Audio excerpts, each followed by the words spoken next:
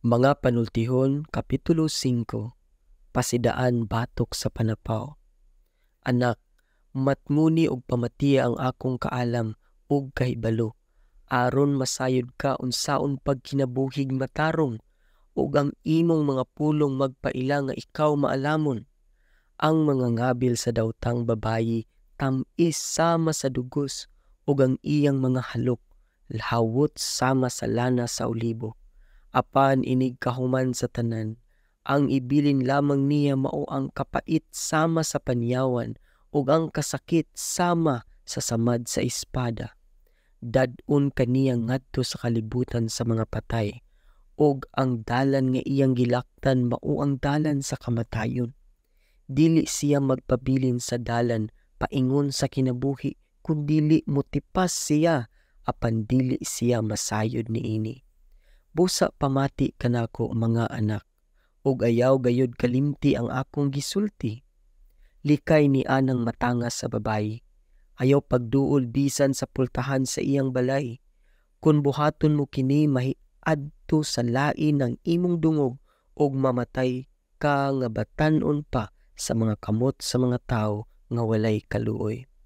Ang imong kinabuhi pahimuslan sa mga langyaw, ug ang imong hinaguan mahiadto sa ubang tawo.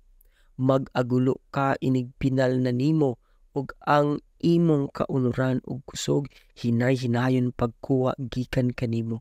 Ug muingon ka, nganong wala man gayud ako mosabot, nganong wala man gayud ako pabadlong. Wala ako mamati sa akong mga magtutudlo o magtagad kanila. Og sa kalit na ulawan hinuon ako atubangan sa nagtigom nga katawhan. Ayaw paglimbong sa imong asawa, og siya lamang ang imong higugmaon. Kung aduna kay mga anak sa ubang babayi, dili sila makahatag kanimong kaayuhan. Kinahanglan nga ang imong mga anak mutubo aron motabang kanimo og dili ang mga langyaw. Busa, pagmalipayon uban sa imong asawa, ug pagmaya uban sa babae nga imong kapikas. Matahom og madanihon siya ingon sa lagsaw. Paglipay sa iyang kaanyag og tuguti nga hungon kaniya sa iyang gugma. Anak, nganong ihatag mo man ang imong gugma sa laing babae? Nganong palabihon mo man ang katahom sa asawa sa laing tawo? Nakita sa Ginoo ang tanan mong gibuhat. Nagbantay siya kanimo bisan asa ka paingon.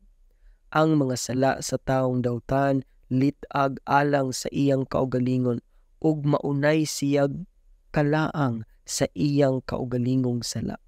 Mamatay siya kay wala man siya'y pagpugong sa kaugalingon. Ang iyang kabuang mauray magdala kaniya ngadto sa lubnganan.